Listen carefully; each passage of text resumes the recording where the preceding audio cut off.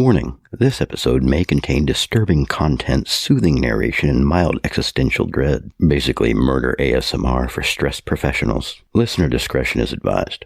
Hell, it might be necessary. June 15th, 1995. You may not immediately recognize the date, but if you were anywhere near a television, a newspaper, or the neighborhood gossip, you probably remember what happened that day. It was one of the most famous murder trials in American history. And on June 15th, O.J. Simpson attempted to put on the infamous bloody glove. It did not fit. That image of Simpson sitting in a courtroom with his hand raised, struggling to pull a conspicuously too small glove over his fingers, is seared into our collective consciousness. But imagine if O.J. Simpson hadn't been allowed in the courtroom that day. Imagine if his attorneys hadn't been there either. Not because they failed to show up, but because they had been barred from the courtroom. In 1973, the Whiskey A Go-Go firebombing, which killed 15 people, was considered one of the biggest crimes in Australian history. The trial of John Stuart and James Finch began on September 10th, 1973, which incidentally is my birthday, although I arrived several years later. And while James Finch and his attorneys were seated in the courtroom, John Stuart was conspicuously absent, and so was John Stewart's lawyer. This was one joint trial before one jury. Both men stood accused of murdering the same 15 people, and both men pled not guilty. But only 50% of the defendants and 50% of the defense teams were in the courtroom. And there would be no ill-fitting glove arriving to save the day for either man. This case has already been chock full of crazy, from penis tattoos to alleged kangaroo assaults to postcard alibis and staged family brawls. But dear friends, the crazy is not over. Because the trial of John Stuart and James Finch became a circus of its own. The prosecution's case depended heavily on confessions attributed to both defendants. Finch insisted his supposed confession had been invented by police. Stuart denied taking part in the fire. Both men claimed that they had been verbaled, an accusation that police had fabricated incriminating statements and attributed those words to them. And now, with justice for 15 people hanging in the balance, one of the accused men would not even be permitted to sit inside the courtroom and hear the case against him. So how does a man get banned from his own murder trial? Well, that is where we are continuing our coverage of the Whiskey A Go-Go firebombing today on Part 6 of Foretold, right here on Crime to Burn. Welcome to Crime to Burn, where we explore the dark, sooty landscape where true crime intersects with arson and criminal negligence. Join us as we sift through the ashes to bring you the story of what really happened.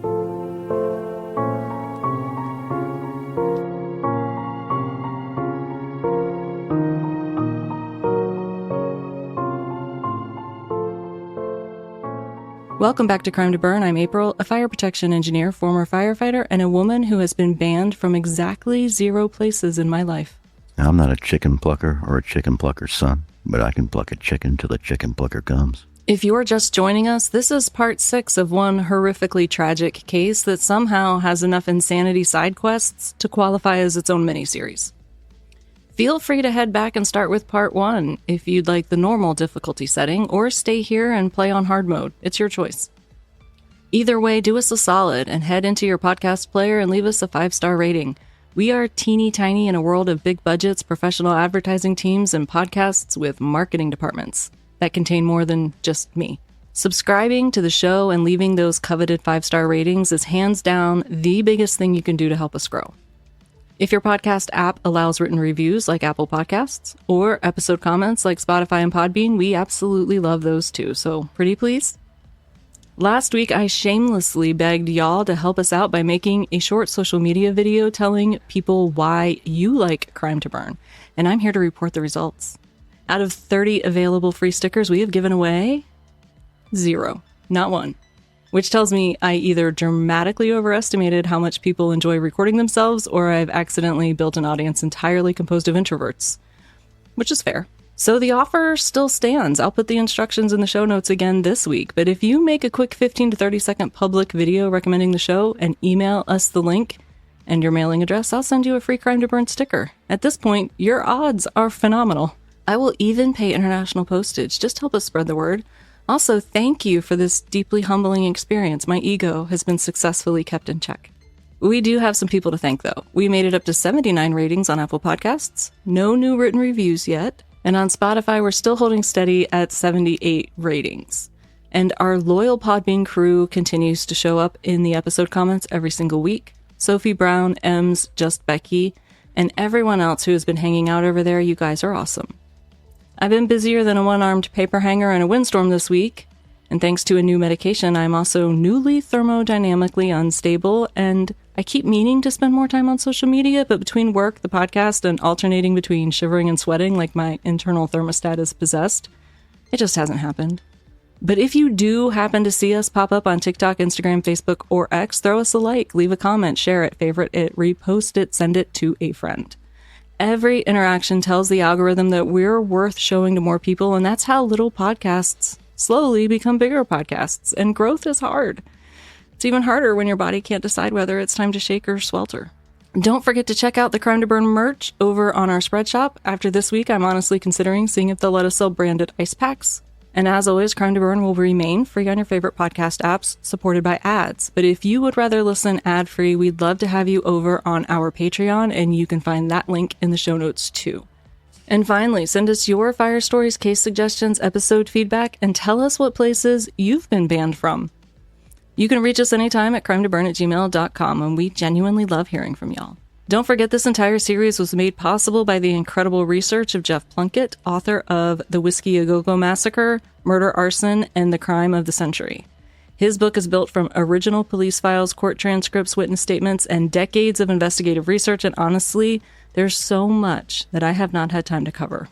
For the sake of brevity, I've had to stick to the highlights, which means we've skipped entire side stories and fascinating rabbit holes, and at least one other alleged penis tattoo.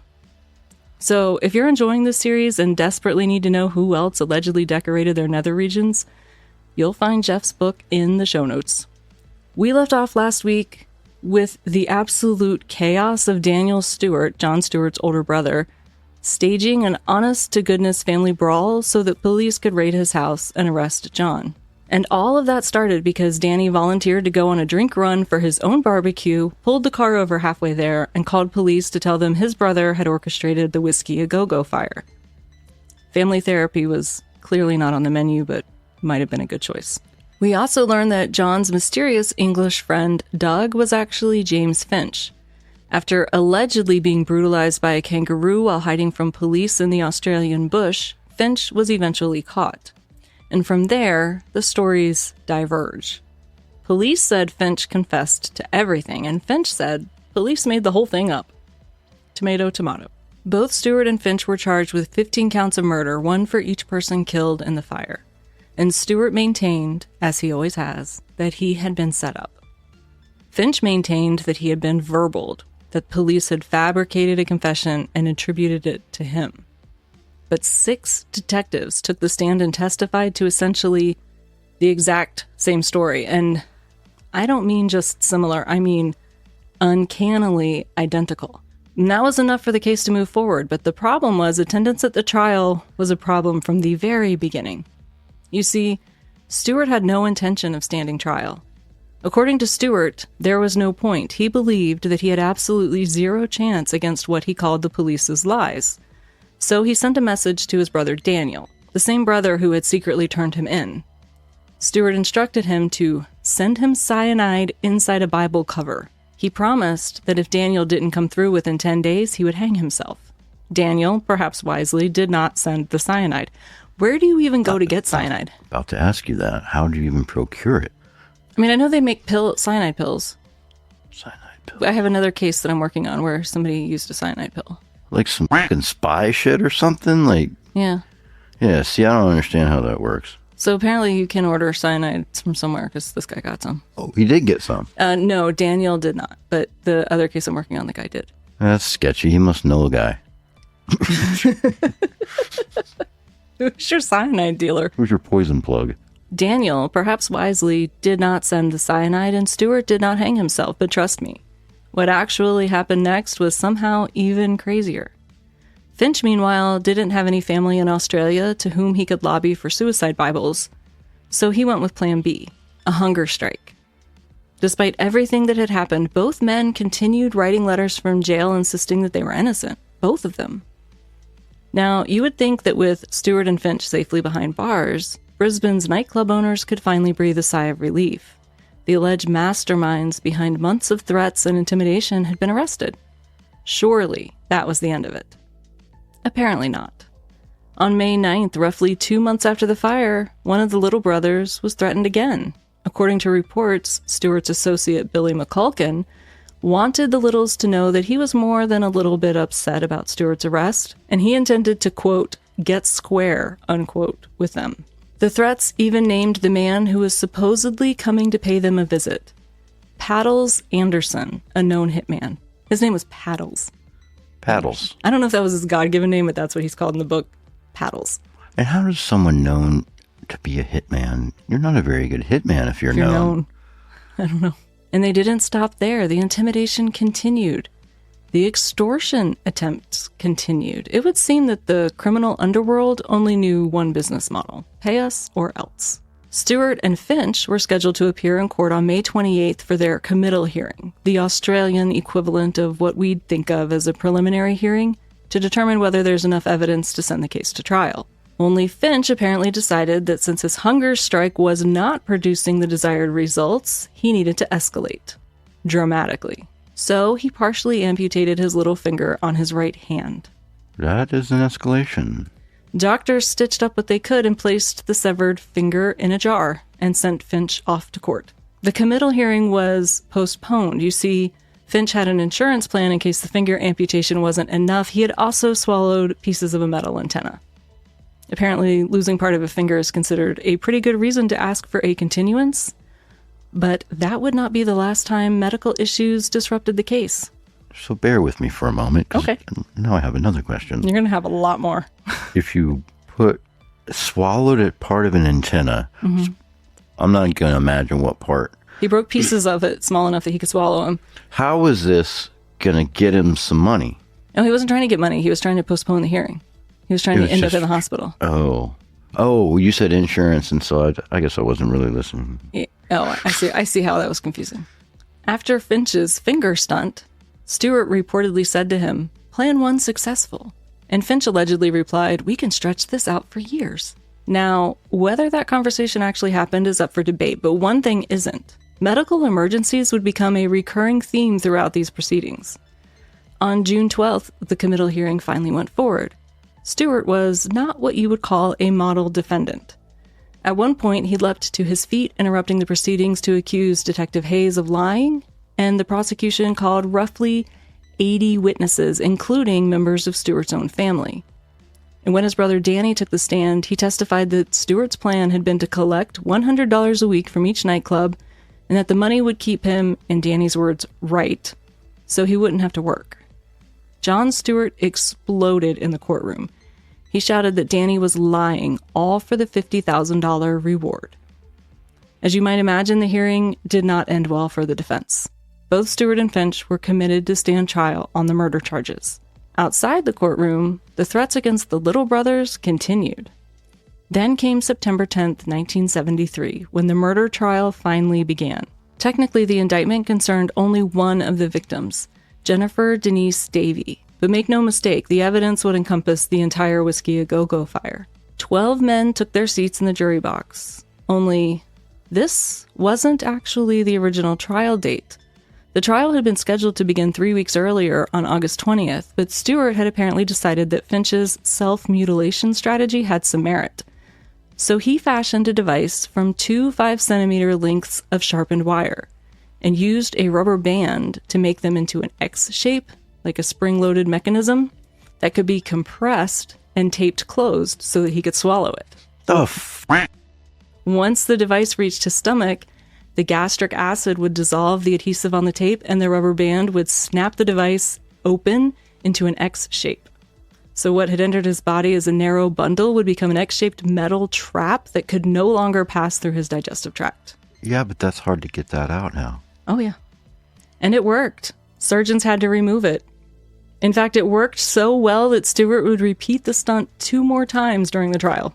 By the end of it, he had accumulated quite the impressive collection of surgical scars.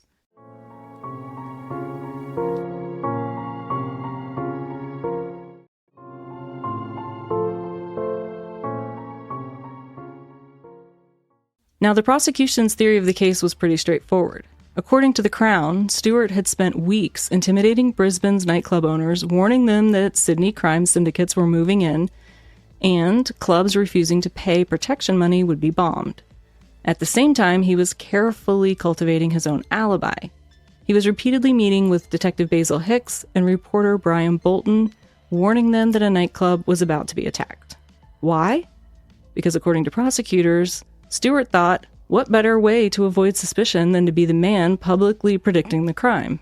Then, knowing he'd inevitably become a suspect, Stuart allegedly recruited his old friend James Finch to travel from England to carry out the firebombing, while Stuart established his alibi at the Flamingo nightclub. Simple. Simple enough, anyway, that it took prosecutors 9 hours just to outline it for the jury. My God, the prosecutor is trying to bore the jury to death. Apparently. Meanwhile, Finch's attorney tried to have the two defendants tried separately, but the judge said no, the case would proceed together before the same jury. Now, for the first 6 days of the trial, Stuart was there, but then, Tuesday, September 18th, doctors took x-rays and discovered 2 more of Stuart's homemade spring-loaded wire crosses in his stomach. And here's where things start to get legally fascinating. Ordinarily, a criminal defendant has the right to be present at his own trial. It's one of the most fundamental rights in the criminal justice system. But courts have long recognized that a defendant can't deliberately prevent a trial from happening forever. If a defendant's own conduct makes it impossible to continue the proceedings with him present, a judge may decide the trial will move forward without him. And that was exactly the prosecution's argument. Stuart wasn't simply sick. According to the court, he had intentionally made himself unavailable by repeatedly swallowing homemade devices that required emergency surgery, and the judge agreed. So the trial would continue without John Stuart in the courtroom. And then, Stuart made another decision. He fired his lawyer.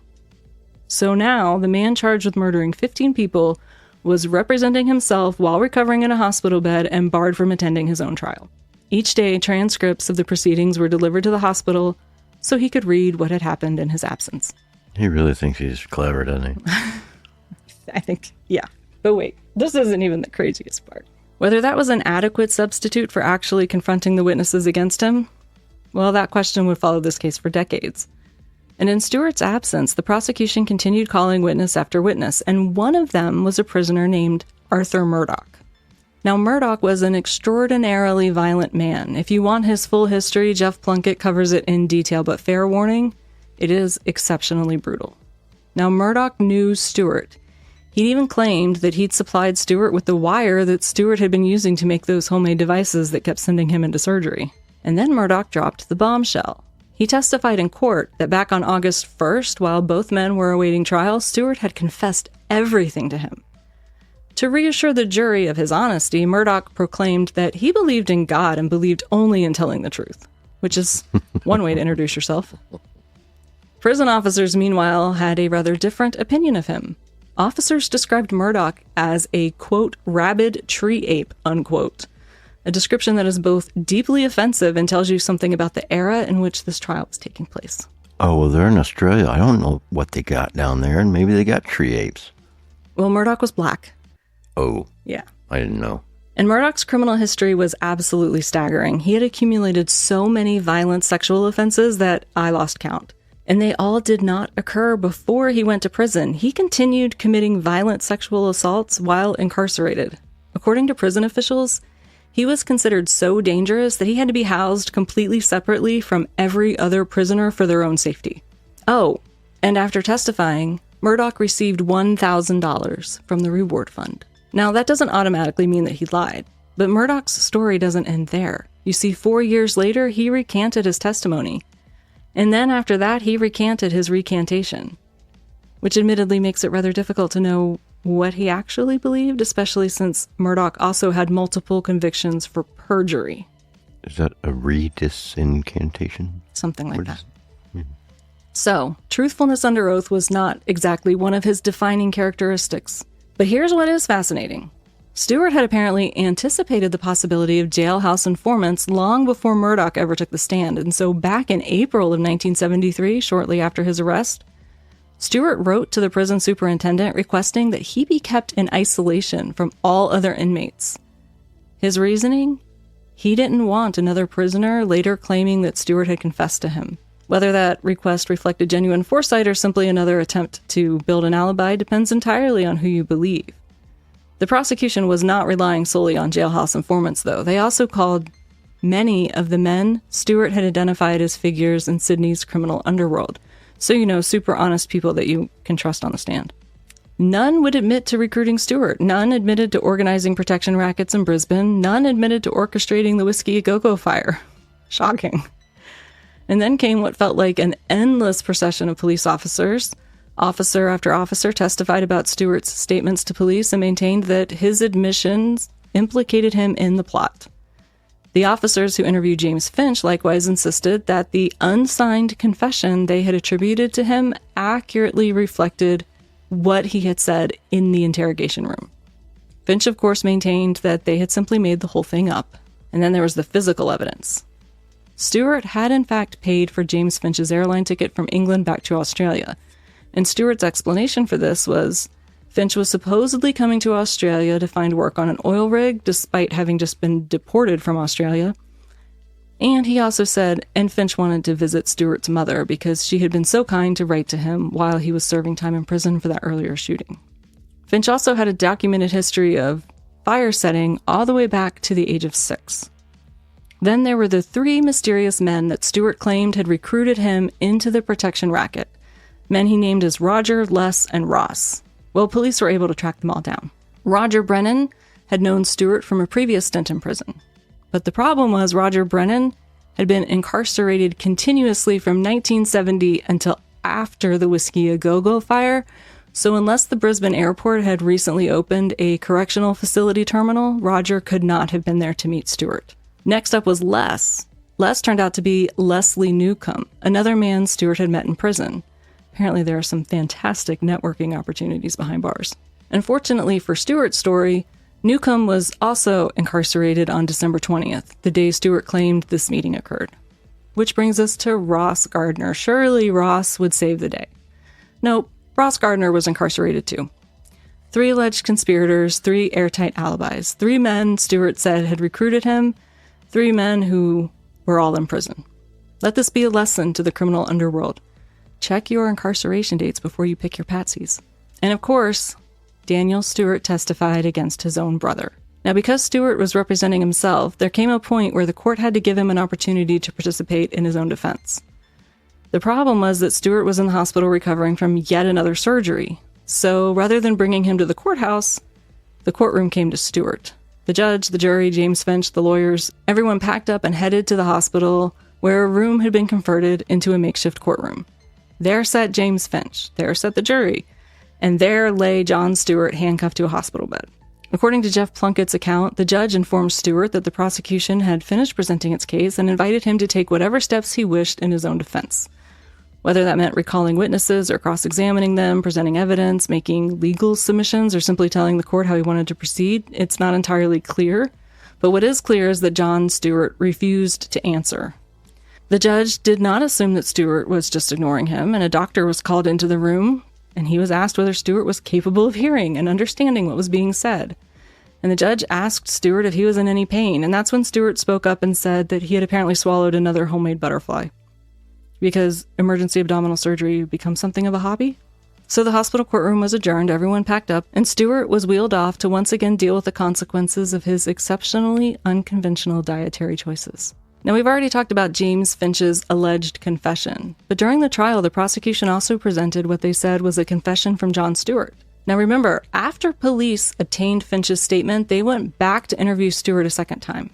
This time, his solicitor wasn't there. According to the detectives, Stuart admitted that while he and Finch had been intending to start a fire, they never intended to kill anybody. It was an incredibly damaging statement, but there was just one problem. Months earlier, Stuart had already gone on the record saying he would never speak to police again unless his solicitor was present. In fact, he'd been very explicit about that. He said that if police ever claimed that he had made statements without his solicitor, people could assume that they had all been fabricated. And yet, here was the prosecution presenting exactly that kind of statement. Now, that doesn't automatically mean that the confession was fake. Police maintained it was genuine. Multiple detectives testified that Stuart had made those admissions. So on one hand, Stuart had supposedly spent weeks constructing elaborate alibis, carefully documenting his movements, insisting on legal representation during questioning, and warning anyone who would listen the police might one day attribute fabricated statements to him. On the other, the prosecution was asking the jury to believe that this same man later just abandoned all of those precautions and confessed anyway, without his solicitor present. John Stuart unsurprisingly insisted that he had done no such thing. But the jury deliberated, and on October 23, 1973, they found both John Stuart and James Finch guilty. Case closed. Well, not exactly. Because while the jury had reached its verdict, not everyone was convinced, and in some circles, there were some protests, and rumors began to spread. And one rumor in particular refused to die. People claimed that Daniel Stewart's testimony had been bought. After all, there had been a $50,000 reward on offer. And shortly after the trial, Daniel purchased a 25-foot powerboat and a brand new Datsun. To a lot of people, that looked suspicious. Daniel, however, maintained that he had never been interested in the reward. His family later said that those purchases had actually been funded by the sale of his house, not reward money. And here's where Jeff Plunkett uncovered something interesting. Among the police records was a 1992 note stating that the government's reward had produced no useful information, and according to that note, no reward had ever been paid, at least not to Daniel Stewart. The only documented payout was the $1,000 to Arthur Murdoch, the jailhouse informant. Stewart responded to his conviction the same way he seemed to respond to every crisis in his life. Coded letters, threats of suicide, self-mutilation, and blaming everyone else for his circumstances. In fact, Stewart's homemade wire crosses became so well known inside the prison system that other inmates reportedly nicknamed them Stewart's patents. He returned to the hospital again to have a bit more of them surgically removed, and somehow, while lying handcuffed to a hospital bed, he managed to free himself by dismantling part of the bed, fashioning a lockpick from a bed spring, slipping his handcuffs, and made more of these wire crosses to swallow while he was in the hospital. Just made more? Yeah, he didn't just try to leave. He's like, oh, now I can get back to work. Apparently, surgeons were becoming recurring characters in John Stewart's life, and it didn't stop there. He also protested by emptying his toilet bucket onto prison guards whenever he got the chance. Then he launched a hunger strike. By the end of a single year, Stuart had undergone 5 abdominal surgeries, and doctors were warning him that if he kept swallowing these devices, the damage would eventually become inoperable. James Finch was considered less theatrical. He did continue to protest too by ripping off one of his toenails. We need to have a talk about protesting. And then our old friend Brian Bolton enters the story yet again. Bolton published a new article claiming that Stuart had developed what he called a hero worship cult inside the prison. According to Bolton, as many as 16 inmates were prepared to die using Stuart's homemade wire crosses. Was that true? Well, not 16, but there absolutely was a coordinated prison protest in which somewhere between 8 and 10 inmates swallowed what had become known as Stuart's patents. Only the prisoners actually improved on Stuart's engineering. Rather than relying on tape, because, high-quality tape might not release the spring load in time, they kneaded little balls of bread around them before swallowing them, and bread, unlike tape, doesn't stand much of a chance against stomach acid. That is the weirdest show of solidarity. It really is. Just because Timmy jumped off a bridge, would you too? And then in May of 1974, John Stewart sewed his own lips shut with paper clips. Tell me they did nothing for him. They just left him like that. They did not say what they did for him. Like, finally, this guy's shutting up. Oh, he did not shut up. Even with his lips sewed shut. Apparently, we'd reached the point where self-inflicted abdominal surgery wasn't dramatic enough anymore, and none of it was working. Appeal after appeal was dismissed, 7 of them in total. Stuart, however, was not about to fade quietly into obscurity, so in November of 1977, he shimmied up a prison drain pipe and climbed onto the roof of one of the prison's wings. And once there, he settled in. He tore up government property, fashioned a flag out of his own shirt with a piece of wood, and using roofing materials, he spelled out a message on the roof large enough for the world to see: innocent victims of police verbal, F and S, for Finch and Stuart. Then from the roof, Stuart shouted at prison officers and hurled bricks at them and anything else he could get his hands on. The spectacle was absolute catnip for the media. Jon Stewart once again had everyone's attention. His fellow inmates even joined in the cause, tossing him tennis balls filled with food and water so he could sustain his rooftop protest. Wait, how long was he there? I'm about to tell you. They don't have the same kind of security over there that we do here. And that's ironic because isn't all of Australia a penal colony? Yeah. Stuart remained there for 52 hours before prison officials finally managed to capture him while he was resting. He held them off for 2 days? More than 2 days, yeah. According to later accounts, Stuart was punished by being thrown into the infamous black hole beneath the prison wing, where he allegedly spent 5 days alone in complete darkness. Then, just 2 months later, on January 2nd, 1979, John Andrew Stuart was found dead in his prison cell. The official cause of death was listed as an acute heart infection probably caused by a virus, or possibly caused by a virus. But this is the Stuart case, and nothing is ever that simple. His family has never accepted the official explanation. They believe prison officers poisoned him because in their view, Stuart simply would not stop talking. And whether that's true is another mystery entirely, but here's the thing. Jon Stewart was dead. His appeals had failed. His story should have ended there, but it didn't. Because we still have a kidnapping, another confession, another court reviewing the convictions, and evidence that raises even more uncomfortable questions about whether justice was actually done. So don't wander off just yet. Come back next week for what I think, and I emphasize think, will be the finale of Foretold, Australia's Whiskey A Go-Go Fire, right here on Crime to Burn. Because I'm not a Nerf gun expert. Maybe we could give it away to... Give it away, give it away, give it away now. Send it to Australia with a toaster. That was awesome. I punched myself in the nuts and dropped my... The cat's scratching Winston's butt. Nobody wants a weird box. I don't know. I accept all boxes. I don't discriminate. It is raining hard, but I am not complaining because we needed the rain. Even though that makes me sound like a grandpa. What are you, a plant? I don't know if I'm the same kind of vegetable you are. I've been generating my own moisture all week. Sweating. I've been sweating all week. What I'm saying is that I've got the moisture thing going. I have become thermodynamically unstable, though. But I'm less ragey. I still have moments, but they're not like all-day rage now. Did you say you had gay rage? No, I said I'm less ragey. I still have moments, but it's not all-day rage now. Oh, I thought you said all gay rage. I don't have all gay rage. I don't remember you gay raging before. I don't even know what gay rage would really look like. Fabulous. It would look fabulous. Fabulously silly. But we love the gays. But my memory only serves me so far. I can't remember regular names. So I just make up names for people? Yeah, like face mole and fuzzy eyebrows and... Oh, is that what you do? No, I usually compare them to like a famous movie character or something. Oh, that is nicer. Yeah. You're going to be a better person by the time I'm done with you. This is what a groom does for his bride. You're taking on quite the project. I think I can eliminate all the rain sounds, but if I can't, we apologize in advance for all the rain sounds. Sorry about the rain.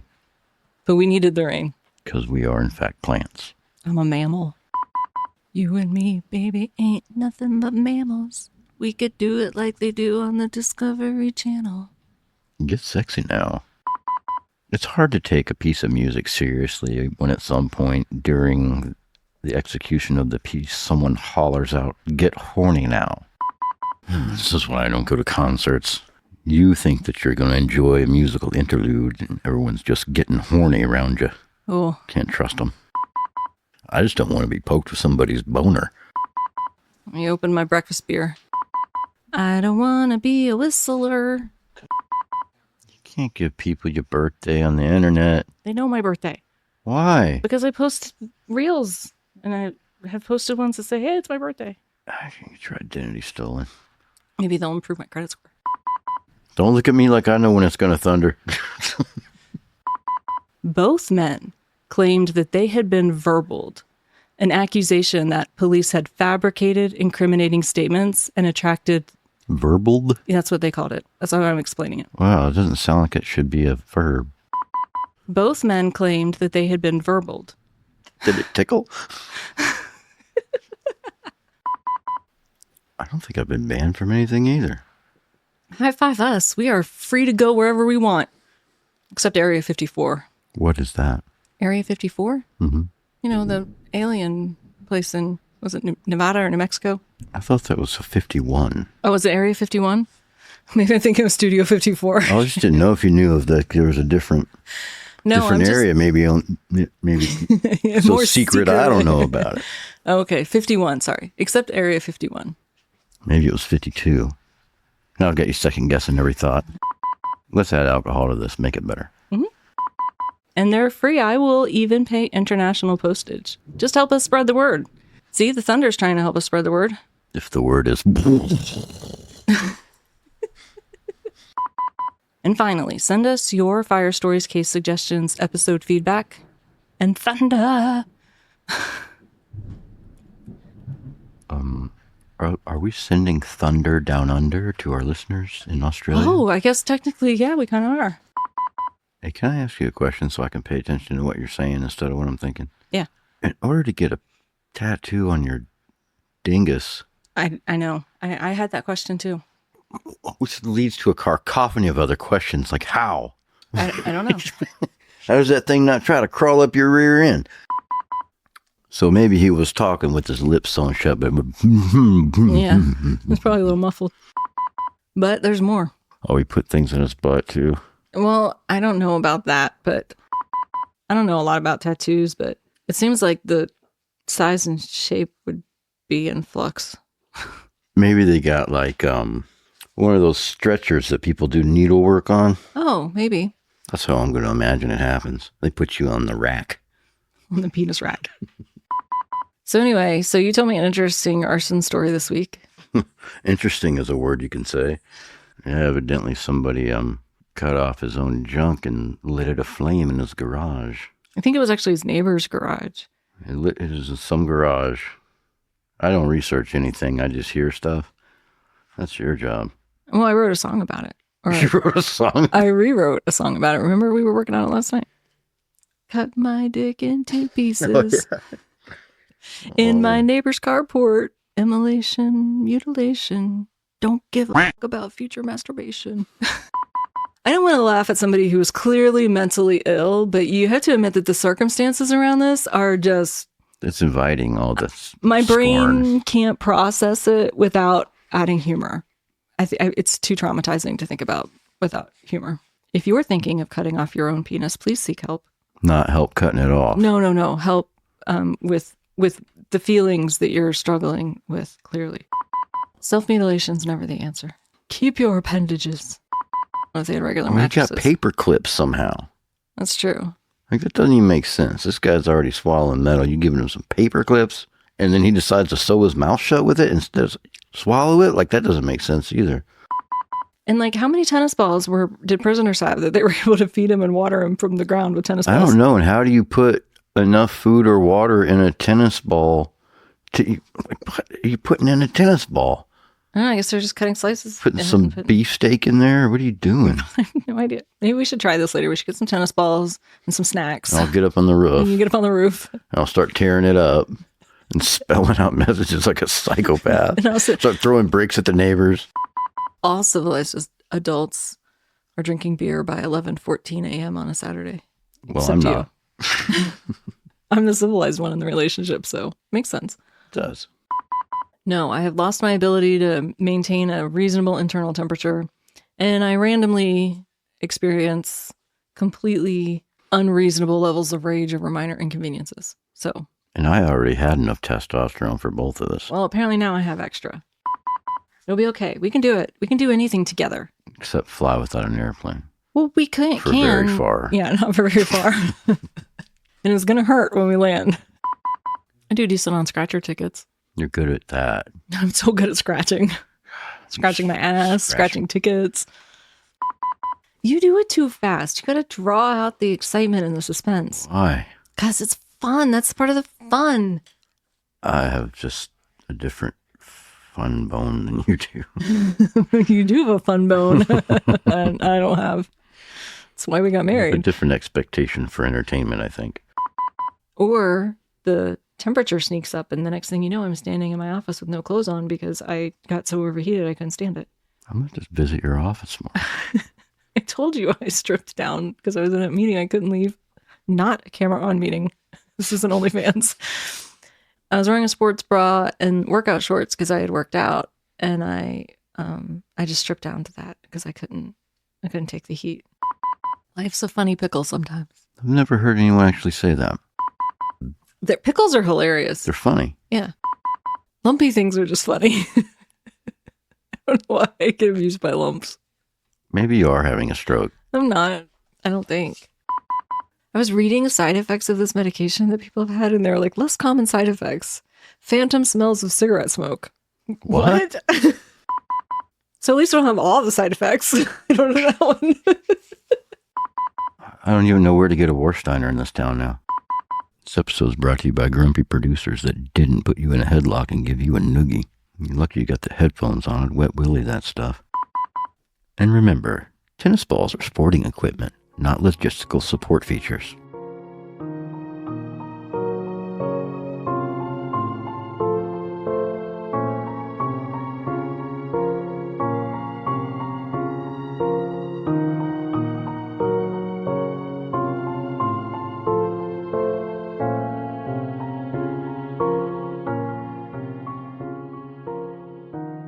Crime to Burn is a production of Crime to Burn, LLC, where we light fires in your brain and not your buildings. All rights reserved. Still spiritually parched after this episode? It's okay, Steve believes in cross-pollination. Here's a trailer for a show we think deserves to infiltrate your ear holes in a good way.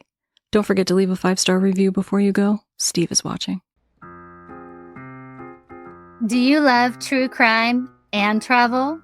Having traveled the world solo the last couple of years and being obsessed with true crime, I found myself researching others who took the same vacations but never made it home. The Last Trip is a true crime podcast covering missing and murdered people that were living their best lives on vacation. I'm your host, Jamie Beebe, and each week I'll bring you on The Last Trip, taking a deep dive into vacation culture and travel spots, tips on staying alive while traveling, and ultimately recreating someone's last days in paradise. What led to their last trip? What are the hard facts? What is the final outcome? And could you be next?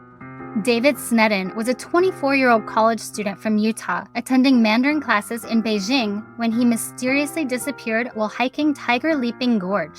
Chinese authorities said he drowned in the gorge, and U.S. authorities agreed, although his body was never found and his parents didn't believe that. 7 years later, out of the blue, they got a phone call from a former U.S. official who had evidence David is still alive. This case sounds like a Hollywood movie, but evidence doesn't lie. So where is David Snedden?